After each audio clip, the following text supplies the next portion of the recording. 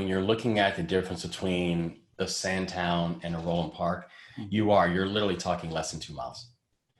And we can't act like that's unintentional. You know, the life expectancy for a child growing up in Harlem Park in Baltimore is the same as a child growing up in North Korea. Think about this. And when we look at that discrepancy, that a couple miles can make the difference between a decade or more on your life expectancy, and you look at all the things that are the reasons for that lowered life expectancy.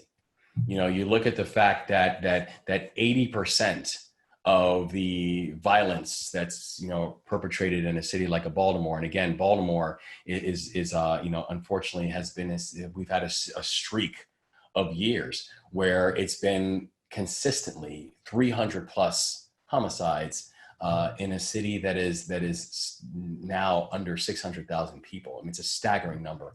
And you look at how a lion's share of those actually take place in a handful of neighborhoods. You look at the fact that, you know, if you're a child growing up in Baltimore, that 25% of children are growing up with asthma. You look at the levels of the accelerated levels of everything from diabetes to the fact of, into the reality of lead poisoning, and how many children are still dealing with the reality of lead-based piping, plumbing, paint, and even as the CDC said, you know, just 5 microbes of every deciliter of lead inside of your blood means that person's going to have cognitive challenges for the remainder of their lives.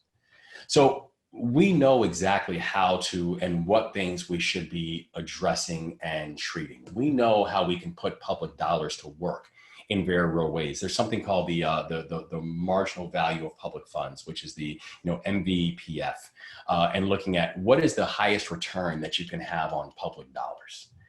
And part of the way I think we have to think about the utilization of public dollars and how that's actually allocated really goes back to an idea of being able to understand how public dollars have actually historically been used to separate, how public dollars have actually been used to create disparities, how when you look at the history of everything from redlining, discriminatory housing policies, discriminatory lending policies.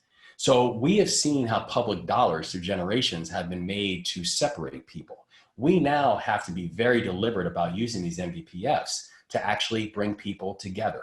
We know which aspects of this marginal value of public dollars, about where you're going to get the largest amounts of return. You know, you can get large amounts of return if you make investments in things like health and education, you know, through our children and early childhood. We also know that you get some of the highest levels of MVPFs if you're actually looking at focusing on adults that have a spillover into the children that they are around, whether it's their children, their grandchildren, or their guardians.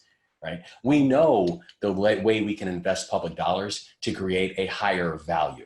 And we know that part of our job is to invest public dollars in a way to be able to address some of the ways that public dollars have historically been used to create the discrepancies and the disparities that we all have to live with today.